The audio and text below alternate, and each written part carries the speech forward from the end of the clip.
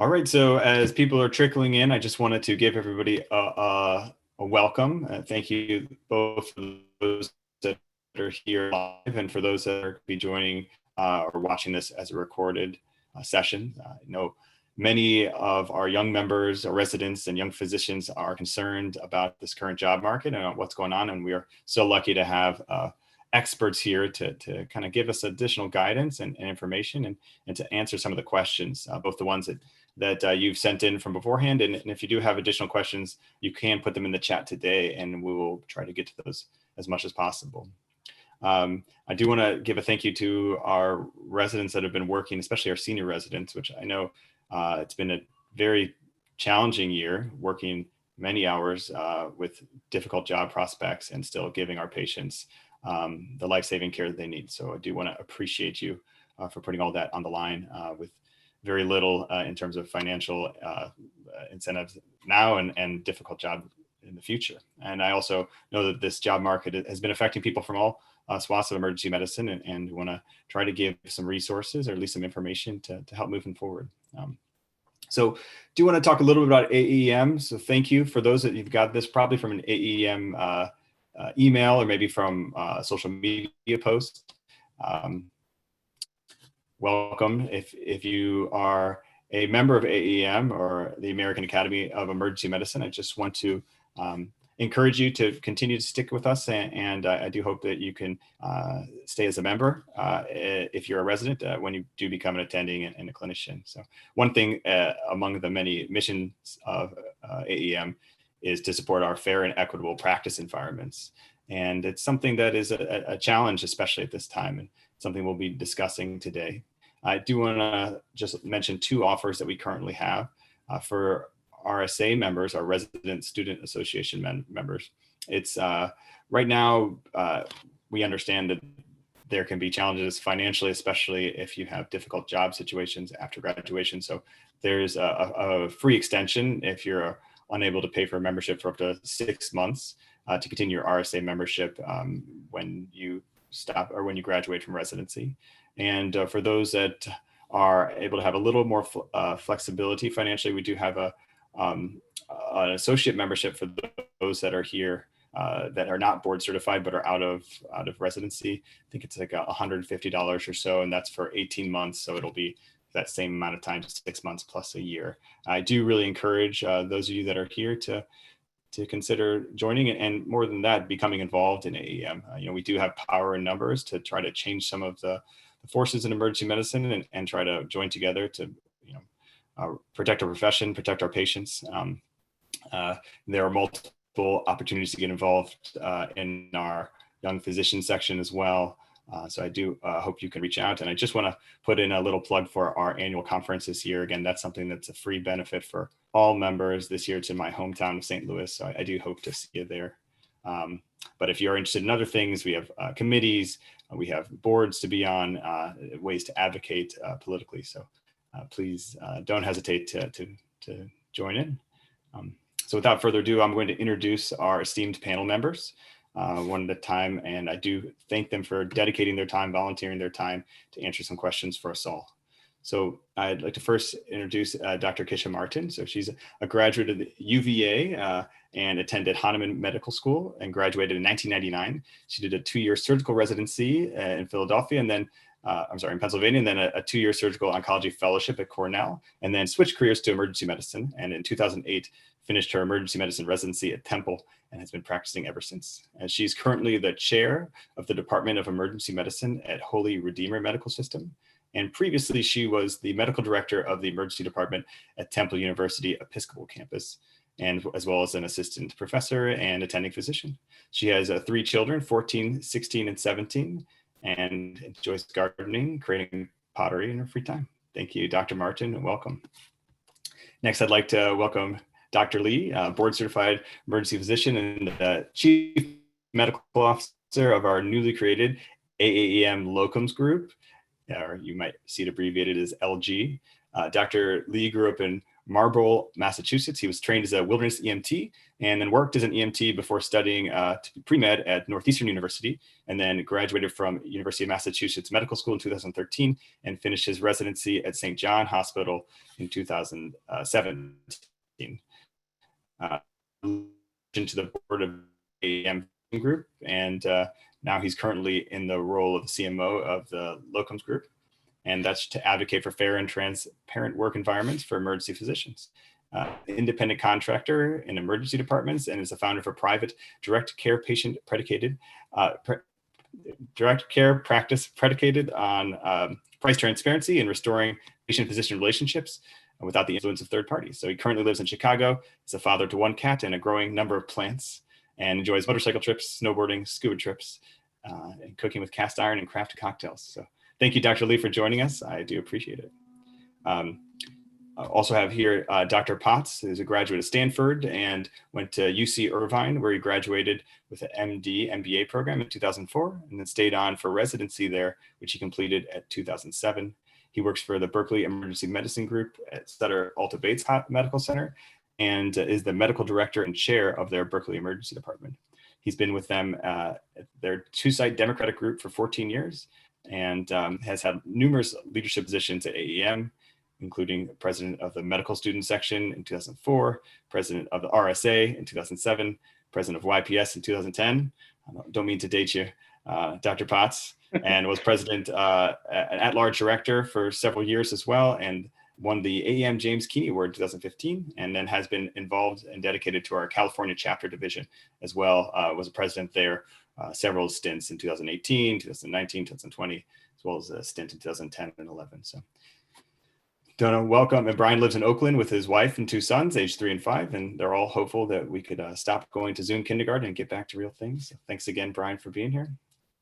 And Dr. Evie Marcolini, who's an EM physician, may be a little late today, but I do want to introduce her. She's a emergency physician and neurocritical care physician at Dartmouth Hitchcock Medical Center in New Hampshire. And she's passionate about the role of emergency physicians in improving outcomes for patients with acute neurologic illness and injury. And she divides her time clinically between the neuro ICU and the emergency department. And currently she's on the board of directors for AAEM's board of directors of AAEM and a co-chair of our scientific assembly, and is the first chair of our workforce committee at AAEM, which addresses issues of non-physician practitioners, scope of practice, something we'll be talking about today. So these are becoming more prominent, and they dovetail with our employment concerns for graduating residents and for new young physicians.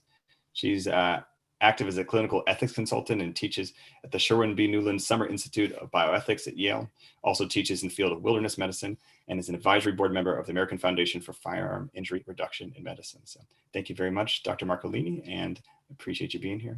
And finally, I just want to introduce our moderator, Dr. Jennifer Rosenbaum. So she graduated from 2018 from Cooper Medical School in New York with AOA and Gold Humanism honors. She's a current senior resident at Temple University in Philadelphia, where she'll be staying on as faculty next year. And she's our current AAEM RSA, or Resident Student Association Vice President. So I'll give it over to Dr. Rosenbaum from now.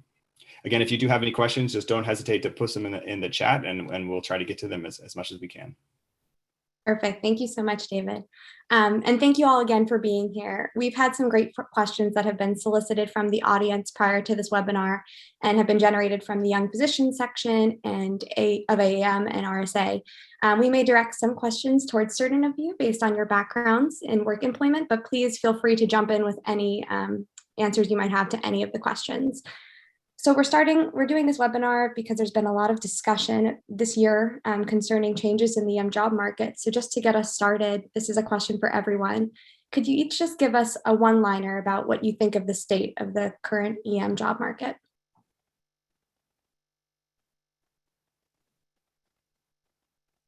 You want somebody to go first, or? Sure, Dr. Potts, can you go first?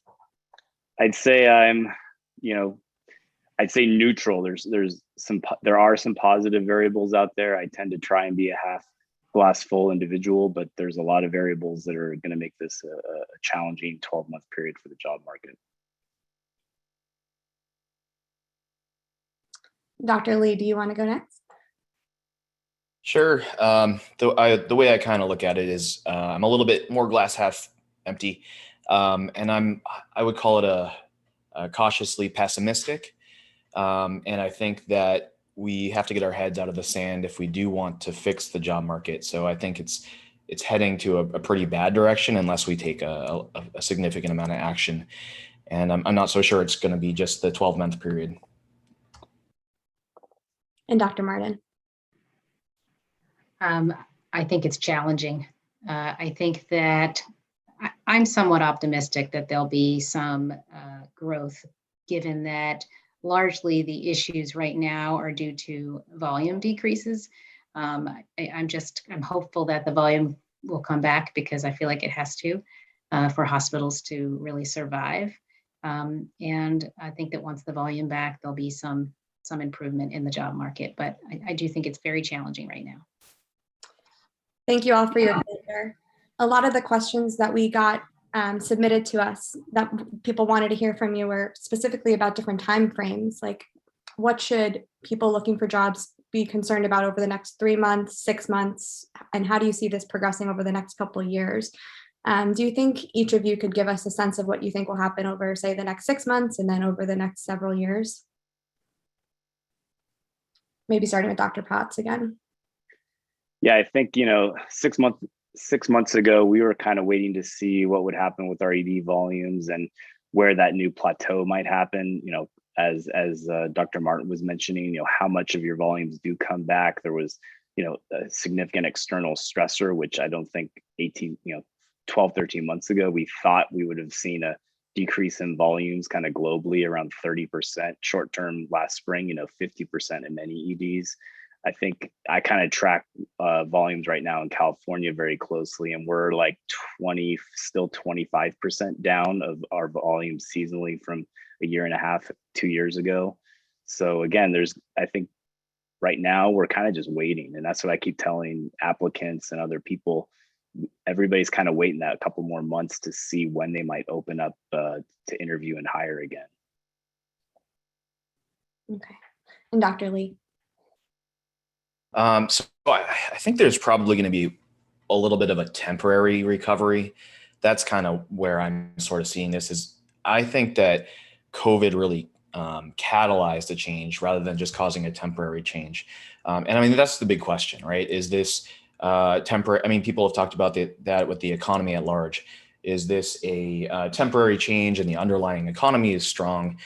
Goes right back to the job market for emergency medicine. Is this a temporary thing? COVID will be over, it'll blow over, and we're back to where we were.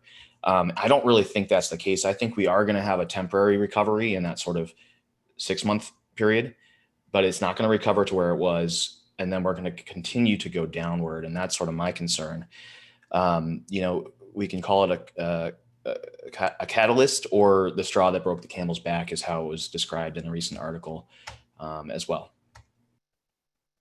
And Dr. Martin. I think if we're just talking about 6 months, that not a lot is going to change in the job market. And I say that because there have been a number of surges and lulls, and we're skeptical. My ED volume is back up again to almost normal right now, and it has been for the last week or so, to the point where I'm asking doctors to work extra to be available for backup. But I don't know how long this is going to last. I don't know when the next lull is going to be, because it's just been so up and down. And so I think because hospitals are losing money, they're going to be cautious. And in the next 6 months, I don't think a lot is going to change for the market. Okay. And dovetailing on what Mitch said, I do feel completely there is, based on what's happened, there's going to be a total reset of expectations, and some volume in many ways that we normally would have expected to continue to grow and grow, that's not going to happen again. And whether we do end up again like a permanent state of 10% down from before, because people are seeking out other alternative options for care much more aggressively before they kind of think in their mind, I'm going to go to an ED now, whether it's telemedicine, access, urgent care, other things. The threshold, I think, for the individual that's not coming in by ambulance has gone up a lot to show up in an ED, and some of that isn't going to return. Okay. Yeah, I don't know if it's the right time to add into that, but I agree. But I think we're partly focusing on volumes, right? Volumes alone, and volumes may or may not return. There is telemedicine. Telemedicine has been, it's another one that's been catalyzed. The insurers were reticent to cover telemed visits because previously they thought that it would lead to too many visits. Now that the insurers are kind of taking the step to say, oh, we're going to go ahead and cover it. I don't think they're seeing that it's being overutilized in the way they thought. So I think the telemedicine thing is here to stay. Some might say that, well, if you call into a nurse practitioner and you say chest pain on the phone, then they're still sending you to the ER. So that's not really going to, hopefully sending you to the ER. So that's still not going to change drastically. But the other concern that I have is that I do think volumes are going to stay down below baselines over time. But even if they don't, the question is, there's more factors at play as to the job market, which is going to be, of course, on the supply side that we'll get to. And also, the anecdotal aspect here where Dr. Martin's maybe asking more docs to work, but the CMGs aren't necessarily hiring back docs. They're just saying, oh, we can do more with less at this point, or hire an NP. So that's my concern in the broad scheme. Yeah, Dr. Lee, you just touched on actually one of the next questions we have, which is that there's a lot of forces at play with the changes of this emergency medicine job market, one of them being volumes. But we know there's other factors such as the increase in total residency spots and the role of advanced practice providers in the emergency department. Can you sort of touch on these forces and other factors that you think might be affecting the job market? Is that to me or the audience at all? Okay. It's you, whoever wants to answer, please go ahead. I guess I can roll it off since I touched on it, but I do think that, we're seeing probably, way more than just the one volume aspect. And if we look at that, then we can kind of cover our eyes and say, hold our breath until we get over COVID. Yeah, okay, there's some surges here and there, variants and whatever, but we can get through this. And I'm looking forward to Chicago opening up festivals over the summer because we'll have vaccines, right? So that's just sort of when the pandemic is theoretically over. The other parts are going to be full practice authority for nurse practitioners and PAs, but I don't think that's even where we got to focus in terms of the mid-level part. We really have to look at staffing levels. And what we're seeing across the country is that this is happening real time right now. The CMGs like APP, Schumacher, are actively replacing emergency physicians with nurse practitioners, moving, for example, from a 50,000 year volume, which used to have, I think, like 56 hours of physician coverage down to 24, and then replacing with nurse practitioners. Doesn't matter if they're full practice authority if one doc is still signing off on the charts, right? That's still supervision. So, that's, more than half of the ER jobs gone right there. That's basically what's happening. That's also happening down in Tucson right now, another APP site. Envision is, they advertise directly on their C-suite material that a PA or an NP costs 1/3 of what a physician costs. The Pine study doesn't really help us out in that regard either. So the mid-level issue is multifaceted. There's a slide I can pull up, but from McNamara has one in terms of just the growth of, the marketplace of those PAs and NPs. Then you have the production of residents, and that's increased, I think, 58% in the last 6 years with new programs and also increase in slot size or increase in number of slots. And that's largely driven by the corporate practices. So Envision, Team Health, HCA opening up these residencies. So we have the supply side. Then we have how many of those patients are actually going to be seen by physicians to begin with. So even if the volumes bounce back, that's an issue. Then you have telehealth. And I do think that telemedicine is going to start changing some degree of the number of people who actually come into the emergency department. So there's more factors at play, but I'll let the other panelists jump in. I definitely think that the advanced practice providers are a potential source of labor that could take away jobs from physicians. And if you look at from the top administrative standpoint, they're cheaper. You know, 2 advanced practice providers may be able to see the same number of patients that a physician sees, and yet they'll still be less. And so there's that aspect of it. And there's some very good advanced practice providers who are able to be supervised appropriately. So I think that that's a concern. But I also know that locally, they are out of jobs. You know, the hospitals in my area, first thing they did was to lay off the advanced practice providers. And so, you know, I'm not sure where that's going to fall. I just think that if hospitals continue to lose money, they're going to go and think about, well, how can we stay afloat and still take care of patients? And that might be an answer. I also think that telemedicine, because it's now been introduced to everyone, people know now, oh, wow, this is a way I could be seen. People who would never have probably done a telemedicine visit in the past, and that could definitely change the volume and the landscape of the emergency department. Yeah, I think kind of what Mitch is saying. The scenario with the APPs, it is a tough deal, and I think if you look at it straight from a financial standpoint, it makes sense. What Keisha mentioned, actually, we did similar. Our group actually, it's unfortunate, but when our volumes went down, we did similarly and laid off all of our APPs actually, because we found them to be much less flexible in a new paradigm where we were dealing with 10 operations and much less lower acuity cases. And we made an internal decision to do that. But again, we're not at the mercy of private equity and sharing profits with others. It's tough. Thank you all for your answers. These topics are obviously on a lot of residents and young physicians' minds right now. We now have Dr. Marcolini, who just joined us. Thank you for being here. The next question I think is actually perfectly suited for you, Dr. Marcolini, and it actually came up in our chat as well, which is, in light of this job market, what advice are you giving your residents or medical students who are in academics right now but starting to think about the job market? What advice are you giving them about their concerns?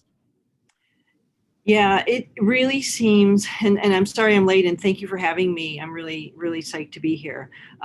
It really seems that the NPP issue has been heating up and exploding lately. Just even in the past couple of weeks, we've heard about centers, institutions that are literally getting rid of their physicians and replacing them with NPPs. This is a big problem, and it's going to blow up. And the problem is multifaceted. And I'm sorry if I'm repeating things that you guys have already spoken about, but it's multifaceted in that it's a financial issue and it's a political issue, because mostly the nurse practitioners, but now the PAs are catching up to saying we can do this, and we did it during COVID, so we want to continue doing it. And people do not understand the issue. One of the things we need to do is educate our own physicians that it is an issue, because even physicians don't understand that this is really a problem. A lot of physicians are sort of narrowly focused, and I'm speaking to academics, and that's me, but narrowly focusing, oh, it's not a problem. Our residents are getting jobs. But I know of academic institutions where the residents are not getting jobs. So how do you address this? How do you think about getting a job? I've seen something in the chat about, what about a fellowship? Is a fellowship a good idea? And I will say this, 20 years ago, it was less common for people to get fellowships, and people were just going out and getting jobs. Now it's more common for people to get fellowships, but I think it's a two-edged sword, and it depends on where you want to work. If you're have your heart set on working in the academic field, then I think a fellowship is an important thing, and start thinking about fellowships as opportunities. So there are a lot of, I would say, ultrasound fellowships and ultrasound fellowship trained folks that probably have reached their zenith maybe. There's a lot out there, and it's becoming a little more competitive. It didn't used to be that way. It used to be if you had an ultrasound fellowship, you were, people were in hot pursuit for you because they wanted to start an ultrasound fellowship in their shop. Think about where you want to go. Think about what you want to do. Be true to yourself. Don't do a fellowship in something that you're not really passionate about, because that's going to be painful and a waste of time because you're not going to love it. You got to love it, and you got to be doing it because you want to do it. However, if you want to work in academics, you want to have a niche, and that's going to help you to get a job. If you are in a 3-year program, you want to go to work in either a 3 or a 4-year program, having a fellowship will help you, because you don't want to be a PGY for trying to be faculty for PGY4s. So I think a fellowship is valuable. I'm a little bit biased because I am fellowship trained, but it depends on where you want to go. Now, if you want to work in the community, then I don't think a fellowship is that necessary. I think what community wants are people who want to hit the ground running and go to work. And I would encourage people to think about rural. There are so many opportunities in the rural areas for emergency physicians, and most of them pay more, and you're in high demand.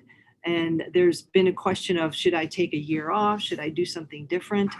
Maybe something different is working emergency medicine in a rural area, because you're still doing emergency medicine. And boy, when you're working in a rural area emergency medicine without the resources that we all have while we're training, that puts you on the sharp end of the rope, as I would say. And you need to know your stuff, and you're going to be challenged, and you're going to be up against some really great learning, right? So I guess, first of all, be true to yourself. Know what you want to do. Think about your family. It's not going to do you any good to drag your family somewhere where they don't want to go, because it's only going to end up in sadness, and then you're going to have to move again anyway.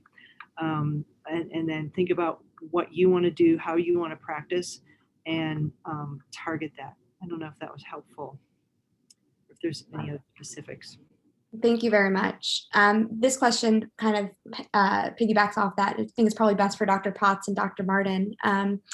What recommendations would you give to senior residents and new grads to help their chances of being hired for a new job? So we talked about fellowship a little bit, but are there any other factors that make a resident more marketable to you as department chairs? Yeah, I think definitely having a niche and having an interest is important. As Dr. Marcolini said, I don't think you need to do a fellowship by any matter, because it's just a different type of setup. I think if somebody had an interest in disaster, EMS, ultrasound, whatever, your community shop is going to want to get you involved actively to help take on some projects. And so that's a strength. So when you're reaching out to potential employers, it's nice to kind of mention what that niche might be. But we're looking for somebody, that's going to kind of hit the ground running, is very personable, is going to get along well with your nursing staff. Those are the number one key things. So I would echo that, definitely having a niche, even if it's something like administrative medicine, because then that says to the chair, to the director, oh, I can help you potentially. I have an interest in learning how to do what you're doing. Ultrasound, I mean, even though we're not academic, many community programs don't have any sort of ultrasound training, or they have a few young folks who know ultrasound and can help kind of grow that program, so to speak. And I guess what I'm looking for is someone who's personable and will work hard. I would recommend that if you have an interest in working in some place in particular, you want to stay local because your family is in the area, that you reach out to all of the community hospitals and you get your name out there and you get your CV over to them. And one of the things that I have considered is hiring per diems, so that when my 70-year-old doctor decides to retire unexpectedly, that I'll have somebody there who can kind of slide right in. It kind of opens the door for you at a place. They get to know you. So if you don't have a full-time position, I think working per diem is a reasonable way to pay the rent, and get your face in there and be known, and let them know, what you got. Thank you. And we've had To some. add one thing, I want to thank these great answers. Just for some of our attendees here who may not know the difference between CMGs and the type of medical practice, Dr. Martin and Dr. Potts, that you work in, could you just give a brief explanation of some of these different organizations like Envision that had been mentioned, and then what are some of the other models that maybe you guys practice in? I mean, the term CMG, it's kind of complex because there's so many different possibilities and layers within. It's, you have more local base, regional base. You have the large team Envision, the team health. It kind of, again, depends on where the money goes and who has the power. My group, thankfully, is a 2-hospital local democratic group of 45 docs. There are fewer and fewer of those types of entities out there. So I feel very fortunate. There's also some large physician-owned groups that are out there. But yeah, the term CMG, it is a bit hard to define, to be honest.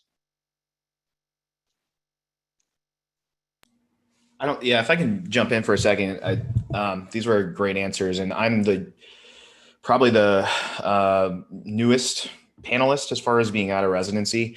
And I made a decision that I wasn't going to do fellowship. I was very interested in critical care. I had conversations with Scott Weingart and fanboyed him at SMAC in Chicago and everything. And so I was really looking into that. And I, looked at an EMS fellowship, had EMS experience. My first job out, I did work as an associate EMS medical director with EMS experience without a fellowship. So, and that was in the community. So if I wanted to do that in Chicago, then probably not as likely. You're competing with fellowship trained people. I couldn't justify the not paying off loans. At that point, I was starting to get into the personal finance aspect. And on that note, I would say that number one priority for everybody in this talk would be get your basic personal finance understanding down and don't pay a financial advisor who's going to rip you off. So that's one thing. As far as the group structures go, so Dr. Potts being in a Democratic group, I think, Dr. Martin, you can correct me, it sounds like you're maybe hospital employed in the community. Okay. And then Dr. Marcolini, similar, except not in the community, academic. You're still, yeah. It's academic. Okay. Yeah. So you have these three examples, and I was originally employed by basically a community hospital with a pre-hospital EMS program, which is why I took that job there, because I got to ride around pre-hospital, which was fun until I was on call every day of my life. At the point that I decided that I needed a life, I started looking at personal finance and group structures and what I could possibly join. So I looked out there, I learned a little bit about democratic groups, but I couldn't tell what was really democratic. And that's going to be a big issue here. It's taken me 2 years and I think I have a pretty good feel of it now, because I've gotten great mentors at AAEM. Honestly, there are very few good mentors out there because most of them have sold out and they're driving Rolls Royces around and not actually giving talks to residents anymore. So of people who have run a practice. So there's a few of those. But what I started seeing was that in these quote unquote democratic groups, I checked with all my residents had graduated a year or two ahead of me. I said, how's it going? Did you make partner yet? First of all, what is a partner? Second of all, they said, oh, almost, but now we're team health. So basically, if you wanted to join one of these groups that looked at democratic, you worked for pennies because you're kind of working, as an intern there almost, you're working worse shifts sometimes. You're working for less money because that's really your buy-in in order to become partner. And then if it's really only controlled by a couple of people at the top, then they sell out to an Envision or a Team Health, and you're left having been screwed for 2 years and then for the rest of your career. And that's what I was really worried about doing this. I could look at it, hospital employed is really depending on the local hospital and if they're independent. And I think there's good opportunities in hospitals if you're employed directly by them. And then there's the HCAs of the world, and there's C-suite that tends to think in the corporate mindset. That's no better than the CMGs.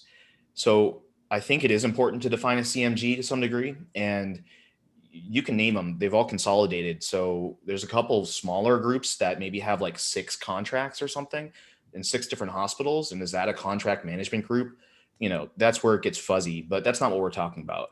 The CMGs probably control 50% of the jobs. So we need to like understand that. That's 50% of the marketplace. So that's going to be your Envisions, your Team Health, and APP and Schumacher, advanced or not advanced practice provider. Ironically, that's all they are now. It's supposed to be American Physician Partners. These are I'm not sure about Schumacher, to be honest, but the other ones are all owned by private equity. And this is key to understand too. Private equity is a model of investment that is very aggressive and is made to turn a huge profit within like a 5 to 7 year time period. And the only way to do that is increase revenue. So that's the out of network surprise billing fiasco that everybody's heard of. With balance billing, these are the companies that sued patients. Team Health was suing indigent patients in order to squeeze any more money out of them that they could, until the media basically caught on to them and shamed them. So these are the private equity funded ones. These are the ones that are looking at you completely as a line item expense. And that if they can replace you with a nurse practitioner, you may think that you're not replaceable, but you are as a line item, and maybe they'll get sued more. But guess who's getting sued? It's the doc that's supervising them. And the private equity companies are just going to settle. They don't care. It's another line item expense, and they're saving so much money employing nurse practitioners, right? So that's the big one. Then you have something like USACs, which I don't think is any better, but they technically have some physician ownership. This is more of a pyramid structure. Some people will say they're even worse because they tell you that you have ownership, but that ownership isn't really real. And maybe Dr. Potts can talk to us about what a democratic group of his looks like. I served on the board of directors with the AAEM physician group, and I'd love to get this out there that if you really get to learn about this, you can start a democratic group and even kick out a CMG. But there's some politics obviously out there. But in a real democratic group, it's not just, the power isn't just in 3 partners who say you might get some level of partner within a few years. A lot of the groups will say that you can get like 50% partner, or they call you like an associate partner or something.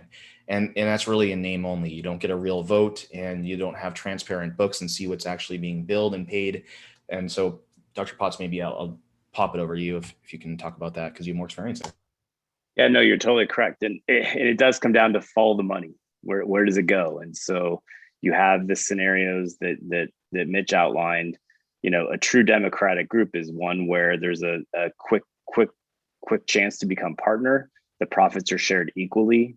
There's equal voting power amongst the group. That's fortunately the scenario that I'm under. We go into after 18 months, you're evaluated for shareholder status. You can become a full partner. Similar to somebody who's been with our group over 20 years, you can be a full partner in 3.5 years, which is fantastic. You do have scenarios where places will say they're democratic, but in reality, it's about 10 people who are senior partners. Everyone else has some lower level status or works for 5 or 6 years and never becomes partners. So the term is thrown out there a lot. And again, when you interview, if you do interview with companies, as Mitch is saying, you got to get the details, speak to people in the group, really understand what goes on in the background. Yeah, I'll keep it at that. Just to piggytail off that, there's going to be some graduates now who maybe didn't see themselves joining a CMG, but now because of the employment situation are considering those job opportunities. Do you have any advice that you would give them, either for working for them, for advocating for physicians while working in that kind of practice setting, or looking out for them in their contracts?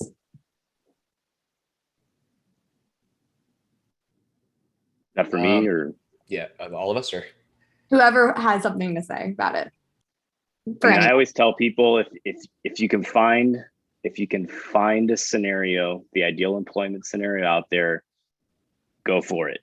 It's tough. Lots of parts of the country, there's not a lot of options. And in that regard, I say you really got to kind of figure out where you want to live, evaluate the particular options in that city, that region, and go for it. Right now, the terms of the total job numbers, it's really challenging. So I've always told people you got to do what's best for yourself, and it's tough. It's tough out there. So I have a few things to say that apply to anybody. Number one, and Mitch, you mentioned this, and it's so true. And this comes under the subheading of do as I say, not as I did. And that is, do pay attention to your finances. Don't live higher than, live below your means, and get those loans paid off if you have loans. It's really, really important. And there are people out there that will help you with some advice on that without paying somebody, as Mitch has said, that may fleece you. So ask around. There's a lot of emergency physicians, not me, who are very astute with finances, and get those things paid off. Second thing is, I'm seeing some questions in the chats, and thinking about how to get a job. I completely agree with Brian. You got to do what you love to do, but the parameters are changing. Jobs are getting harder. It used to be easier. And I know nobody wants to hear that. It used to be easier, but it's getting harder to find a job where you want it. Specifically, think about who do you want to work for and how can you help them? And one of the things, whether you're going into academic or community, is nocturnism. If you want to get your foot in somewhere and work as a nocturnist, we love you. I love our nocturnists because that means I don't have to work overnights. And some people like that. Some people like working the overnight and having their days free. It works well with people apparently who have children. I don't. But our nocturnists here all have kids, and that's why they do it. But that's something that you could sort of offer, saying, okay, I'll be your nocturnist. And then you get your foot in the door, you be a team player. And that's an important thing, is be a team player, and become valuable to whoever you're working for, so that they don't want to let you go if they're going to hire a bunch of NPPs. And then as far as contracts go, have somebody with experience read your contract. I know coming out of fellowship or residency or fellowship, it feels great. Wow, somebody's going to pay me all this money to do this, and what you may not realize is that these contracts are negotiable, and it's not that they give you it and it's a yes or no thing. Have somebody read your contract for some of the pitfalls that can be there, such as, are you signing away your right to due process? That is hidden in some contracts, and that will become very important if somebody ever wants to say, we're going to let you go because you didn't send home all the pancreatitis patients or whatever it is. And these things happen. It's the ugly truth. They do happen. So have somebody read your contract and help you look for pitfalls in that, and know that a contract is negotiable. You can say, I would love to work for you, but I do not want to sign away my rights to due process, or whatever it is. Or there's many different things that go into a contract. And that's all I have for now. We've had a few questions in the chat just talking about logistics of what time is best to apply for a job right now as a graduating resident. It's something that was submitted to us before this webinar, and I've seen it in the chat now. Maybe for our department chairs like Dr. Martin and Dr. Potts, can you tell us, when do you recommend residents start reaching out to apply for positions? I generally get applications in the fall. And so I think it's reasonable to still do that. I think that's a time when people sometimes know that someone's going to be leaving, whether it be a match or retirement or something else. A spouse needs to move and leave the organization. And by the way, all of the jobs are not gone. I mean, people are still retiring. People are still moving around. And so I don't want people to be discouraged that there are no jobs out there. They're not. There are some jobs still there.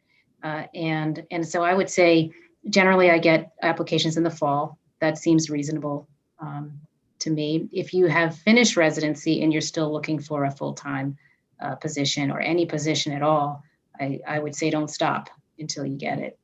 There's no time at that point. But if you're a third year or a fourth year, that seems reasonable.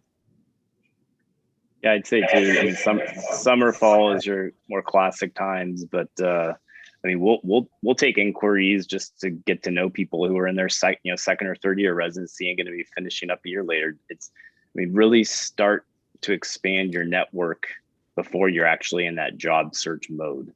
Get to know people in the area. People, research the different emergency departments in the counties that you're looking at. What are the contract structures like? Get to know individuals who you can kind of rely on to give you a little bit more kind of boots on the ground information. So there's like the formal side of applying, and then there's everything that goes on informally in the background that I'd say start early. It's competitive. The other thing I would say is contact every and anyone you know. So if you know someone who works at hospital down the street that already has a position there, reach out to them, because that's an in, and you can learn a lot about the institution from that person as well. Maybe you don't want to work there at all. There was a question in the chat that relates to that. How do you recommend that, let's say you're across the country and you want to move across the country to another position, how do you recommend someone reach out to you? Is email the best way? Yes.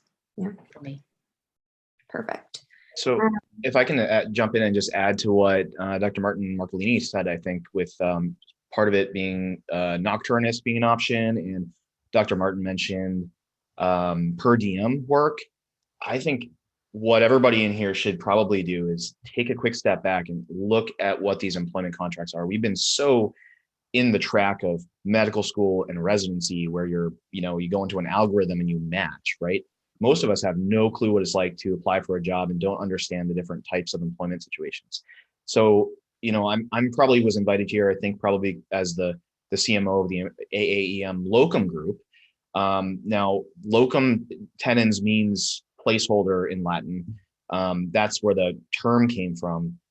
That's another can of worms right there. But even if you were to work directly, say at Dr. Martin's hospital per diem, that wouldn't really be considered locums. You could kind of call it that, but you're not necessarily working full time. What is full time in emergency medicine, right? I think 12/12s, which is like 17, 28 hours a year, is often considered full time.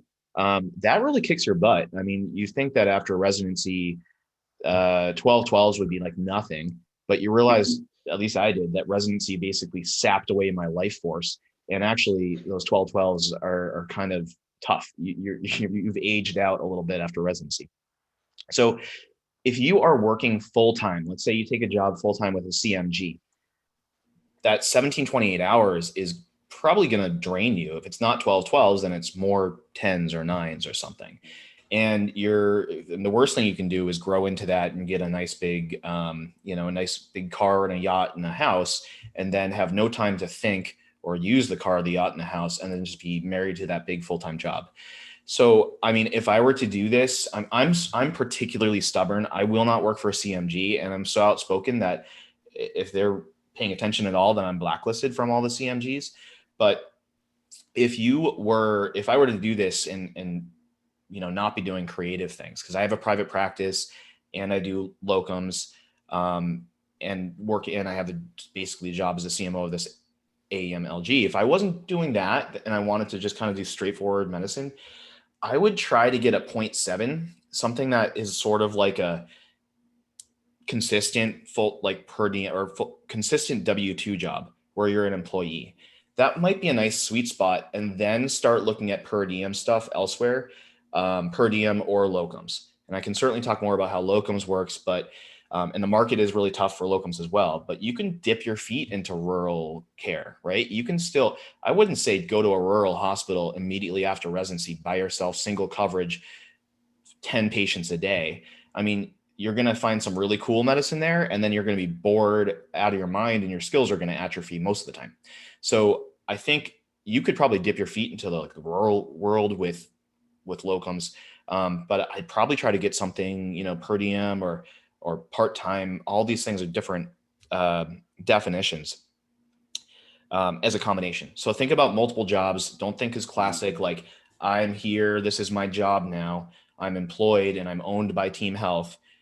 And I don't know if they would, they probably would honestly go for like a 0.7, FTEs sort of a contract at this point.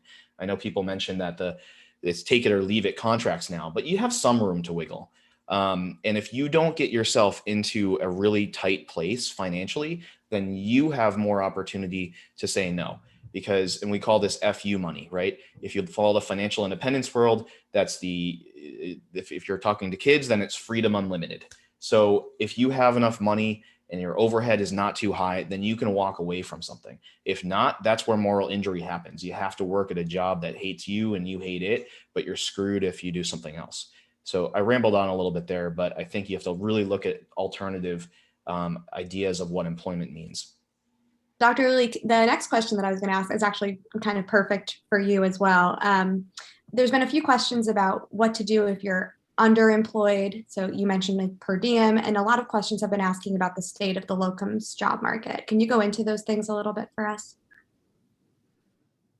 Sure. So yeah, what is underemployment, I guess? I mean, a lot of us have debt, right? And that's a big thing. That's why I didn't do a fellowship. I said, my $300,000+ of debt, there's no way. So you can keep your overhead low and live like a pretty decent life. If you want to, with even a low ER doctor salary, right? I mean, that's one of the privileges we have, even though we might be only getting, a half or 2/3 what we should be getting based on our actual market value. But so we're really going to be tied with debt. And certainly if you have spousal expectations, depending on, if you have kids, if you have a spouse who says, what we've sacrificed for so many years and now it's time to live large, those are all big, big considerations. And, we tend to just grow into our salary immediately. Like, I mean, the first year out of residency, I got I didn't buy a house, but I got a 2-flat, and I lived, there was a nice roof deck in Chicago, the private roof deck. And I was like, this is sweet. And I took a picture of myself with a suit jacket on, and I was bawling. And then I was like, can't do this. I started learning about more personal finance, and I downsized, and I'm pretty happy. And I've got, a good amount of space, but you can live actually below your means. So that's one thing. So what is underemployed? You're underemployed if you're house poor and you're living paycheck to paycheck, with a McMansion and a couple of cars, right? So I say cut your overhead, and then you change the definition of what underemployed is. So that's one thing. And we might just have to do that. That gives you more options. You can create a different career if you want to.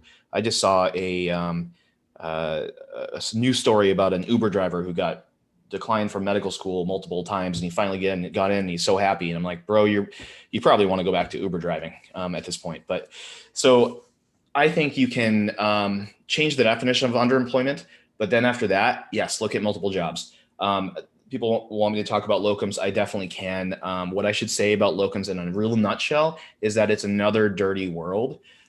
You are basically there to fill in the gaps of employment. And I've had what amounts to a stable locums job over the past 2 years. I have worked in different arrangements. So one of those things is per diem, but it was 1099 through a Democratic group. So something like me working part-time with Dr. Potts. It actually was a nocturnist position, and it went well. It was up in St. Anna Jake's Hospital in Boston for a small private group, basically. That was directly through them. You could call that locums, you can call it per diem, call it what you want. I got paid a pretty decent amount because nobody wanted to work those night shifts. Unfortunately, it was only 8-hour shifts. And so for me, for traveling, it didn't really make that much sense. I've worked through locum companies, and that's what you're going to run into most commonly. Now, these locum companies, for the most part, are basically another intermediary, and they do give you some benefit in that they're going to take care usually of your malpractice insurance. Or they might be involved in scheduling, and they might make the contact for you to a hospital. Now, a lot of people consider internal locums, internal traveler. I don't consider that locums. Like if you're part of Team Health has their Power Rangers or something. I don't know. All these things have like these gimmicks, right? The firefighters, fire brigade, exactly. So the fire rangers and the tactical team or whatever. I mean, those are created so that they can really take over contracts, right? They're going to go kick out a Democratic group or SUMA or something like that. And then how are they going to staff it? Well, they've got their travelers. That's what they do. So, I mean, you can take a job visit. I got a friend from residency who does that. I don't really consider that locums. They still kind of control you. They give you 1099, so you don't get any benefits and you don't have any power, but they still expect W-2 work out of you. It's almost illegal. I mean, it kind of is illegal as far as they're treating you like an employee, but you're not getting the benefits of an employee. So if you're going to do locums, I would recommend doing locums and kind of being proactive. There's other companies that are going to be intermediaries, sort of independent locum companies. They're not necessarily good. 30% of the marketplace is controlled by CHG, which owns Weatherby and Weatherby Global Medical Solutions and one other company that's escaping my mind right now.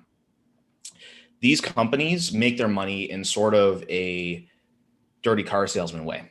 What they're going to do is they go to a hospital, and which could be, actually Dr. Martins or Dr. Potts, Dr. Marcolini. They usually, academic centers don't tend to use locums. They have enough staff, and they don't trust locums because locums has a bad reputation. If you look back at what founded AAEM with the rape of emergency medicine, it starts out basically with this contract management group doctor or locums doctor who's bounced around different hospitals, and he keeps killing people and missing like obvious septic like meningitis in children, and they end up dead in the sewers. So that's the classic definition of a locum doc.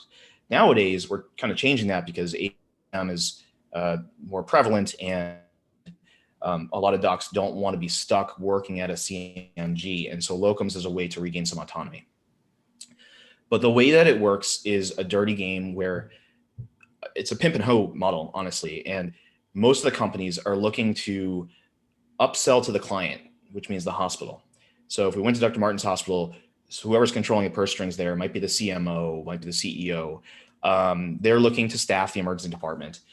The company will try to get as high of a bill rate as possible out of them. So I don't know, $400 an hour. That might be overselling in this market, but they're going to say, well, we'll take care of everything for $400 an hour. Then they're going to go try to find a physician. Now, they're going to try to find the cheapest physician that won't completely bomb their reputation, but for the most part, they don't really care. They made a sale. They sold you a lemon, basically. So the recruiter will try to get you to take the lowest pay for that job. And right now, you might take it because you're desperate. We're in a desperate marketplace. So we're vulnerable, right? So if they are getting $400 an hour from the client and they're paying you $120 an hour, they're making the delta.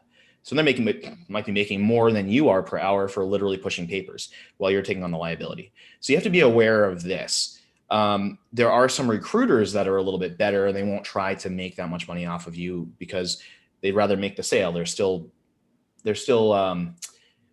driven by money, but they'd rather make more sales at a lower rate. So, and I can give you numbers here. I mean, I would say that the lowest that you're really looking at is probably $25 to $30 an hour on top of what you're making is what the locum company is making. Other places like a CMG or a CHG, the Weatherbees and stuff, they are told that they cannot tell you the bill rate. So basically, you might get somebody who's really trying to short sell you, and they're trying to make like $50, $60, $70 an hour off of your work. So that's kind of how the market is. So you have to know that as a basic aspect. And then what AAEM Locum Group is doing is basically we are requiring any of our partner locum groups to be completely transparent. So whether it be from their corporate structure, first of all, they're heavy, they're top heavy. So they actually need to cover a lot of costs, but they're not allowed to tell you what the delta is. So AAEM Locum Group, and we're in the process of reviewing RFPs from companies now. We know a couple that we'll probably be working with, but it'll be a little while until we get there. These companies don't have enough contracts because the big box companies probably have most of the contracts, but we're going to probably help these companies get into different marketplaces, maybe even, collaborate with some academic centers, because we'll be putting forth ABEM vetted physicians in this case, as opposed to somebody who has a bad reputation. And these companies will have to be completely transparent, and that's the key. They're going to tell you, this is how much, money per hour that we're making off of you. This is what we're covering as far as travel and housing.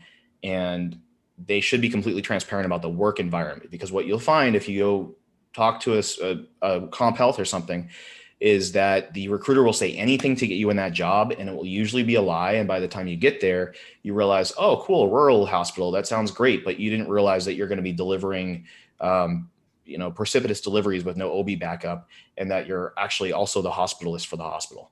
So this is what we're trying to fix in the locums market. I think I used up enough time, so I'll be happy to touch on that later. And thank you for your insights on the locums market. I think there are a lot of people who are looking for locums opportunities right now.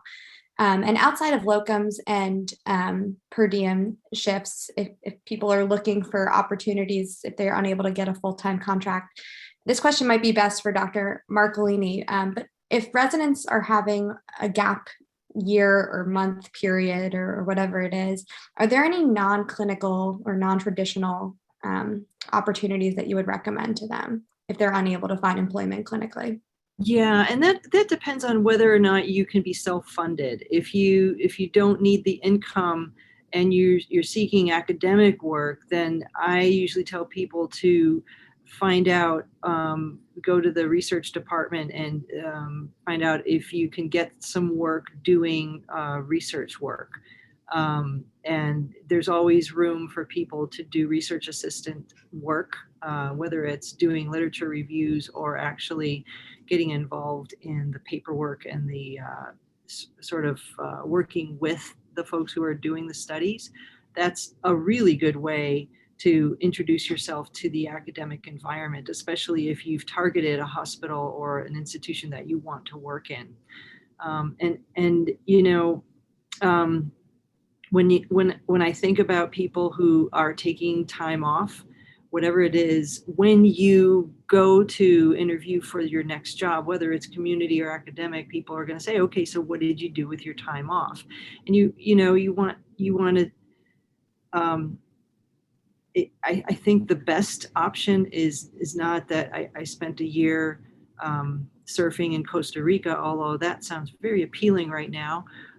You want to say I was industrious and I did something, and it doesn't have to be medicine. It can be something that was contributory toward the world, toward social good. Maybe you went to Washington. Maybe you worked as an advocate. Maybe you got involved with something like Fair Fight. Maybe you got involved with something like AFIRM, the American Foundation for Injury Reduction in Medicine.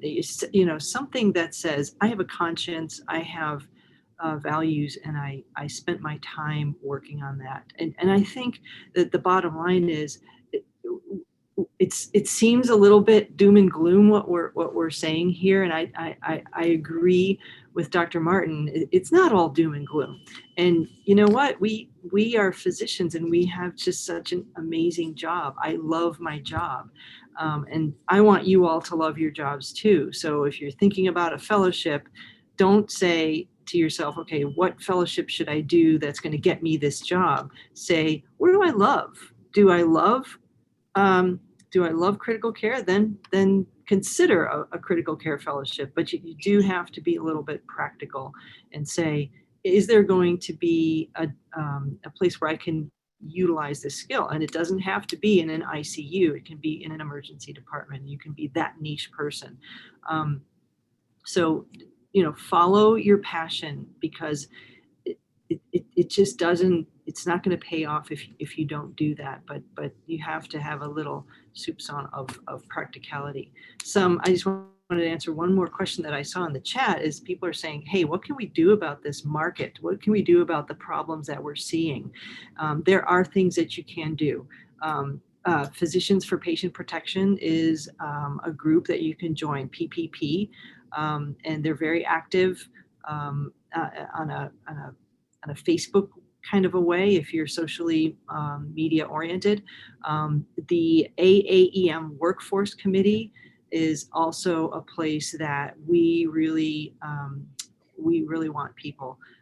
We've been working on this issue now for 2+ years, and there's a lot of work to do at the state level, at the legislative level.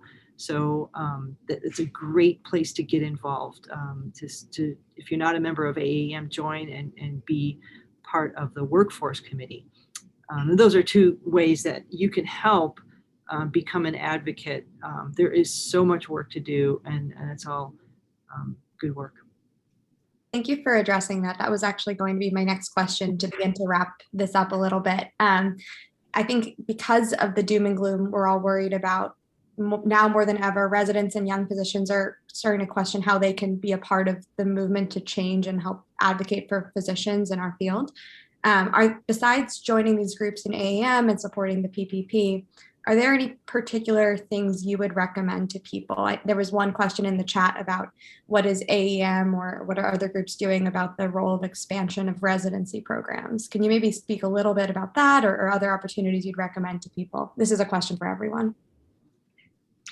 There are opportunities to get involved in actually ACEP and AAEM and the other larger organizations, EMRA, CORD, SAM, are banding together to address this issue. It's going to be hard to get all those organizations at the same table to agree on things, but it's definitely a move forward that they are all sitting at the same table. So becoming a part of that and getting engaged when you join PPP and start seeing what's being written, start seeing what people are doing, join the workforce committee, at least just to watch for a bit, you will find opportunities. There's tons of opportunities. And it's mostly in advocacy, and the biggest thing that we can do is to educate each other, educate physicians that this is a problem. And I'm not saying emergency physicians, I'm saying all physicians, that this is a problem that's going to be taking over, is the non-physician practitioner movement. It's like a house on fire.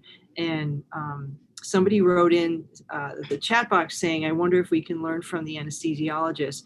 I don't know that they've been successful at this. They got overrun in 2008 and their practice changed a lot. So I'm not sure that I would emulate what they're doing or what they did. So just talking about this and social mediaizing about it and teaching people about it is really important. Awareness is huge. Yeah, I think advocacy around, the ultimate goal is quality patient care and patient safety. And this whole movement is going to come to a big head, some places more than others, where you have people that are completely not trained to be caring for the people they're caring for. And we're going to see more and more cases that will occur, and those instances need to be used to help further advocate for things to move back in the other direction. It's like a huge pendulum swinging one way. We're going to hit this extreme point where it's going to have to start to swing back. But we as advocates, people, being involved with AAEM and having the knowledge of what's going on is number one. If you don't know what you don't know, but I'm again hopeful that we're going to see the pendulum go back the other way. Counter the other forces of financial evil. I guess I would add to what Dr. Marcolini said about getting involved. Absolutely, PPP is important. AAEM, definitely. That's how I've learned all this stuff. Basically, ACEP now is taking on the mid-level FPA issue, and I believe that a lot of the folks there, are concerned about this. My big concern is that even if FPA is full practice authority, that's independent practice, mostly for nurse practitioners, and about half the states seem to have this already into law, right? My big concern there is that it doesn't matter if they have FPA if you hire one regional emergency physician to supervise all the mid-levels in like 10 ERs. So somebody mentioned this when we talked about the anesthesiologists. Well, that was the last thing that just happened in a Wisconsin hospital staffed by Envision. 2 of the last 5 presidents of ACEP are Envision executives.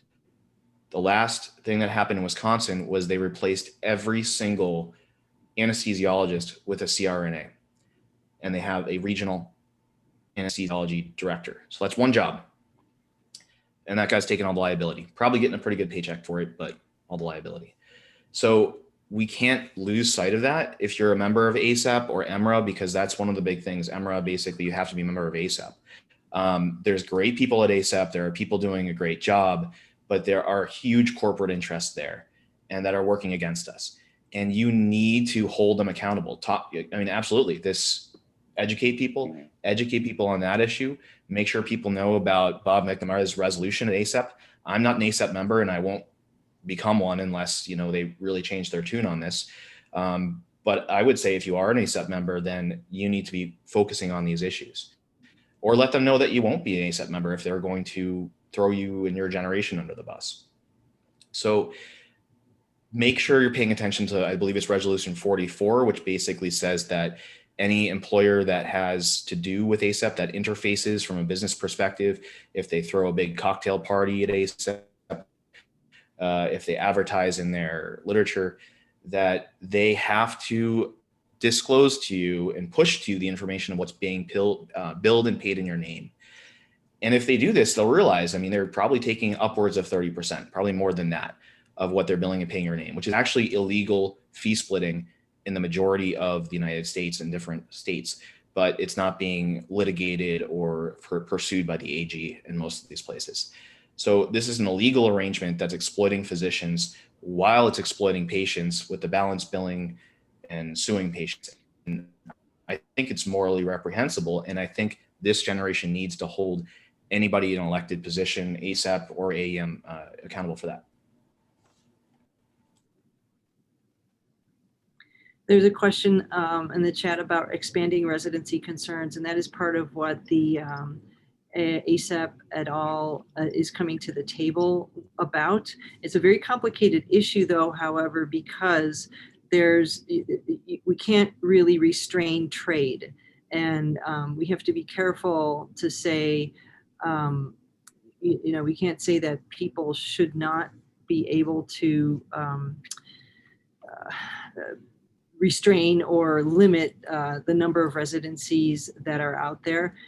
Part of the problem is that there are a lot of CMGs that are developing residencies, and it's sort of becoming a bigger force.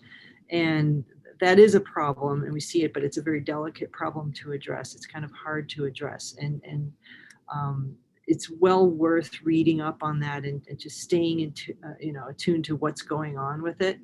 But it's kind of a tough one to fight. It's I don't know. I don't know what else to say about that. It is a problem, and we're aware of it, but it's kind of hard to address. Thank you all for your participation. We're coming towards the end of our time together. So just to kind of do a little closing remarks, if you each could give just one piece of advice that you would give to a young doctor, either a senior resident or a new attending that's about to start their career in the middle of this, what would it be?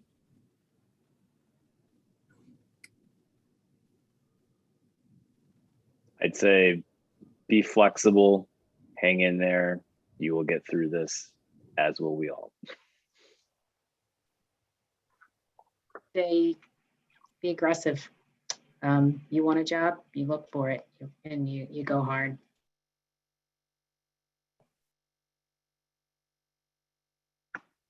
I would say this is still an amazing job, and even though there are problems with the structure of medicine, we are. I mean, if you look at the recent pandemic, I think that we're very lucky. We have been fully employed, and we make a good wage. So just don't. There are issues. Be aware of the issues. Stay up on the issues. Talk about it. Tweet about it. Facebook about it. Get involved. Get engaged. But it's still, I feel like we're lucky. We do have jobs, and we get paid well. So it's not all doom and gloom. I would say don't be a victim, and I think what Dr. Martin just mentioned, be aggressive. I like that. be aggressive first and foremost with personal finance and stuff like White Coat Investor, Physician on Fire. I have a personal finance talk that I'm going to try to integrate with AAEM. Control that first and start thinking outside of the box. I'm probably at this point, we may lose the battle with the CMGs. And if you don't want to practice in that, I think it's time to start thinking about what value EM boarded physicians have outside of the emergency department. There's models of freestanding emergency departments.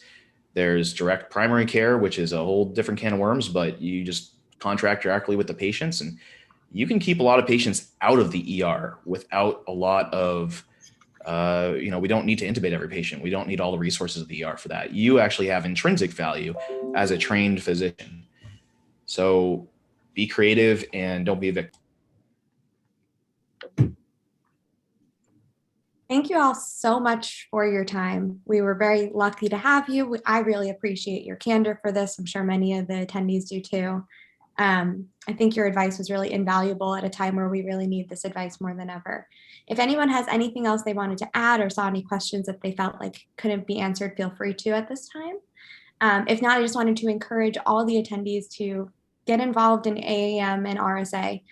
As was mentioned earlier when we joined, there are many ways as if you're an RSA member now and you want to join AAEM because you're graduating, you could consider joining the Young Physician section. There's the Workforce Committee that's really active, but there's committees for really anything you're interested in and lots of ways to get involved. So we really appreciate having you guys here to talk about it, and feel free to reach out, I think, to the panelists who put their emails in the comments.